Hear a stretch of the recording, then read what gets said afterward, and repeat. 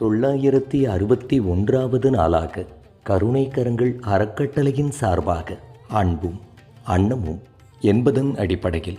ஆனந்த் பல் மருத்துவமனையின் சார்பாக மதிப்பிற்கும் மரியாதைக்கும் உரிய டாக்டர் திரு எம் மோகன்ராஜ், திருமதி எஸ் ஹாதி வித்யா மோகன்ராஜ் தம்பதியர் மற்றும் அவர்களின் அன்பு குழந்தைகள் ஆகிய அவர்கள் குடும்பத்தார் அனைவரின் திருக்கரங்களால் உடுமலை அரசு மருத்துவமனையில் சிகிச்சை பெறுபவர்களுக்கும் மற்றும் உடன் இருப்பவர்களுக்கும் காலை உணவு அருட்பிரசாதமாக வழங்கப்பட்டது.